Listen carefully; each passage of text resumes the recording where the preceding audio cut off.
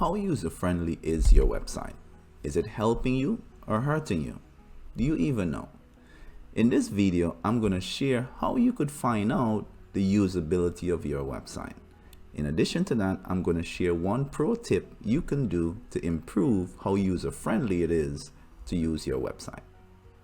My name is Joshua, and I help hospitality providers and small business owners achieve success online with website design and digital marketing. I recently came across a blog post from the team at Pegasus that went through how you could perform a usability test on your website. I'd like to take a look at it with you. Let's check it out. So here is the blog post, and I'm going to leave a link to it in the description of this video. So they really went through in great detail what is a website usability test. Why is a website usability test even useful? At the end of the day, if it's taken a long time for a guest to be able to find the information they need, they're probably going to check somewhere else. There's a lot of competition online, especially for vacation rental, hotels, and so on. So you really want to make sure your website is giving them the information they need at the soonest possible time. They also indicated how you could determine what type of test to conduct. Should it be specific? Should it have a specific function that you're checking for? Maybe you would like to know how quick it is for someone to book on my website. Can they find out about my additional services and so on? They also went through how you could choose your website testers. Should you use familiar employees or unfamiliar employees? Maybe random users might be a good choice.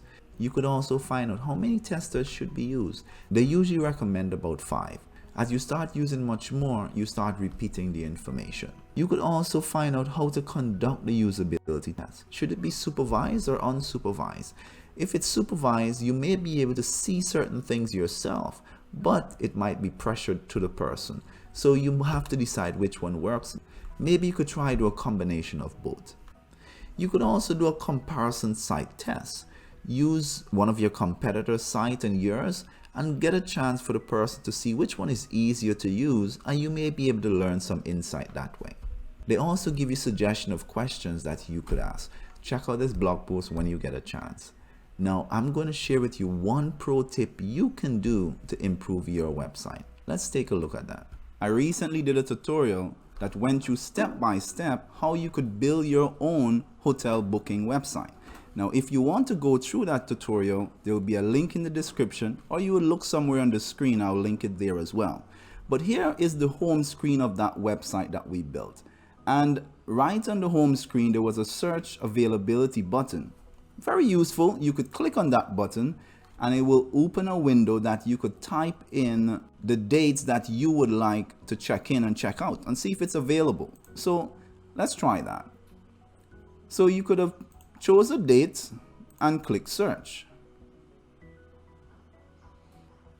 And here is the results.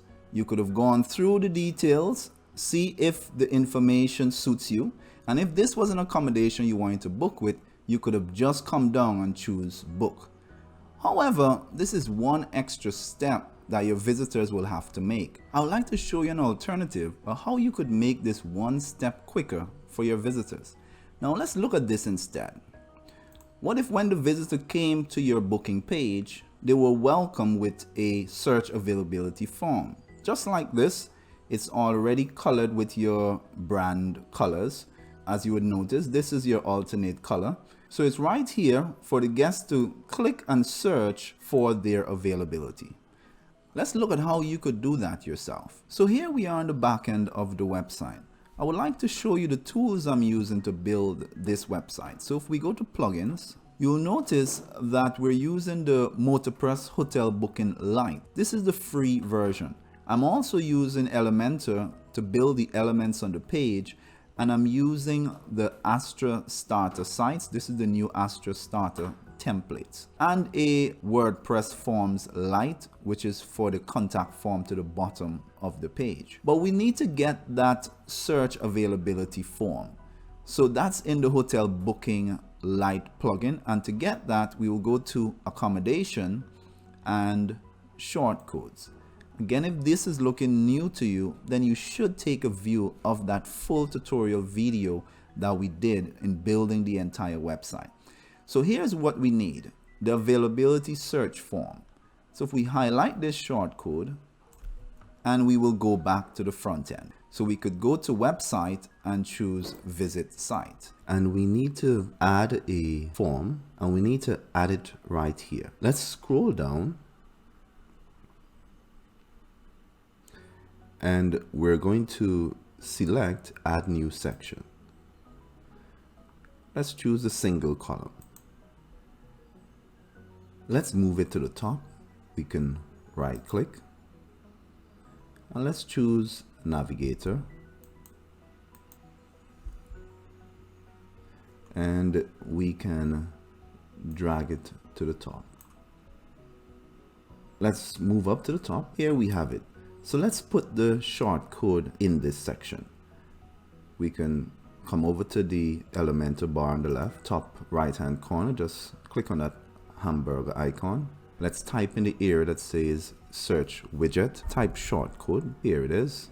Let's select it and we can drag it. So now that we have the shortcode here, we could come in the area that says enter your shortcode. Let's paste the shortcode that we copied. There you go. So we now have our availability search form. But this would look much better if it was horizontal across the top of this window. Let's close the navigator. To accomplish this, we need to use a little bit of CSS coding. Now this code complements the team at WP Learning Lab. I'm going to leave a link in the description of this video where you could get this code from. But let's change that. So to change the CSS code, we will go to Advanced and we would come down to Custom CSS.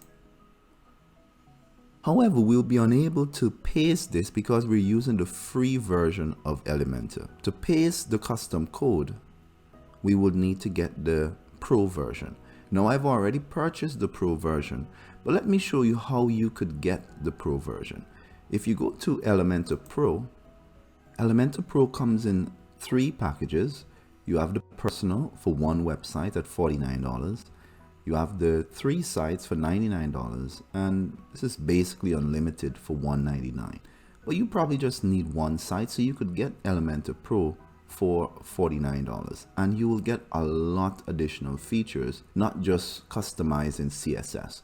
But let's activate Elementor Pro. We're gonna go back to our backend. We're gonna go to plugins, and I'm going to activate Elementor Pro. All right, now let's go and paste that customization code. I can now refresh my window. Just before I do that, let me update the short code that we added. And now I could refresh the page.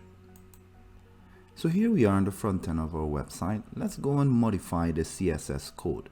So let's click on the search form. Then let's go to Advanced,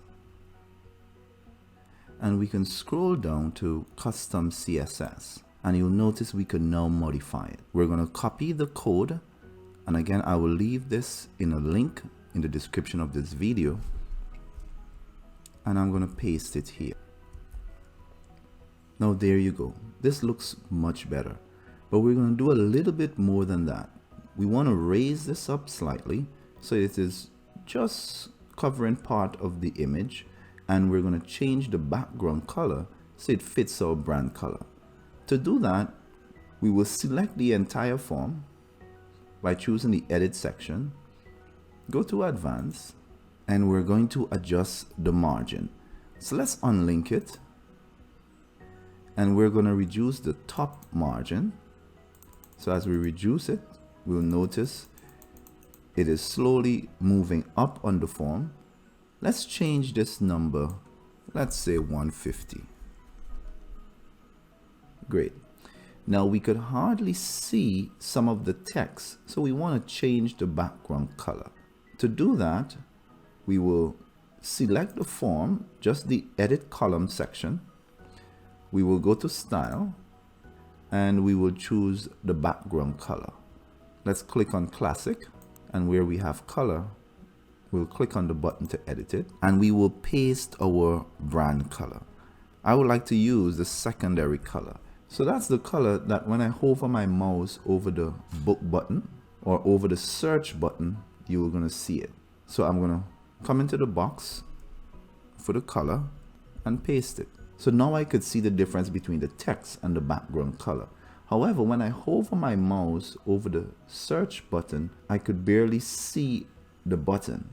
So I want to change the opacity of the background just slightly so that we could get a contrast there.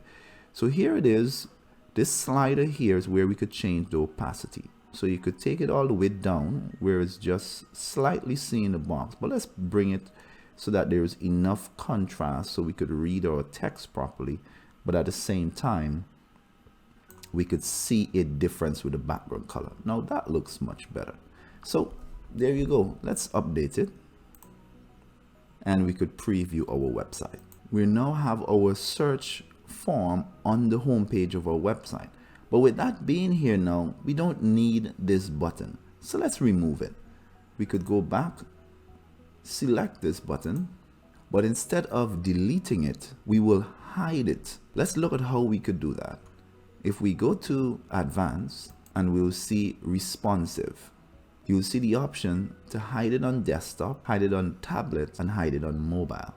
However, what you'll also notice when we change the responsiveness to tablet and mobile, and that's one of the things I like about the Astra theme. It really allows you to build your website thinking about your mobility at the same time. So if I choose tablet, you'll notice now how our search form is not looking that great. So I don't want our search form to be shown on a tablet. And let's look at mobile. Same thing. Not looking that great. What we can do is hide the search form on the tablet and mobile and just leave the button. So let's do that. We can go back to desktop. So for the search availability button, we will hide it on desktop. But for our search form, we will go to responsive and we will ensure it's shown on desktop, but we will hide it on mobile devices. So on tablet, we'll hide, and on mobile, we'll hide. And now we could update. So let's take a final preview of our website. We can click the preview changes and the button is gone. This looks much better. So there you go. We've now been able to add a search form to our website. We could now click on the check-in date, choose a date. We'll leave it on checkout for the next day, and it's one adult, and we can click search. And we could now check our accommodation and book. We've just looked at how you could make your website more user-friendly. If this video was useful to you, please remember, like, subscribe, and click that notification bell so when I post more videos like this, you'll be notified. I'll see you in the next one.